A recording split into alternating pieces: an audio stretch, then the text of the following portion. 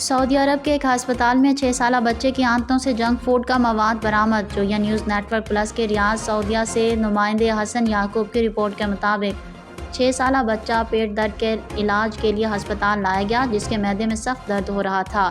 ڈاکٹروں نے check up کے بعد بچے کا آپریشن کا فیصلہ کیا۔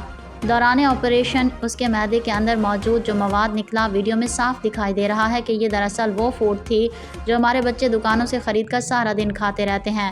اصل میں یہ فوڈ مصنوعی مادے مثلاً پلاسٹک وغیرہ سے بنائے جاتے ہیں، جنہیں انسانی معدے ہضم نہیں کر سکتے۔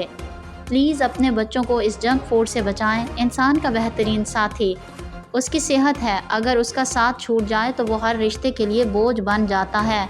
تندرستی ہزار نعمت ہے، خدا را اپنی صحت کا خاص خیال رکھیں۔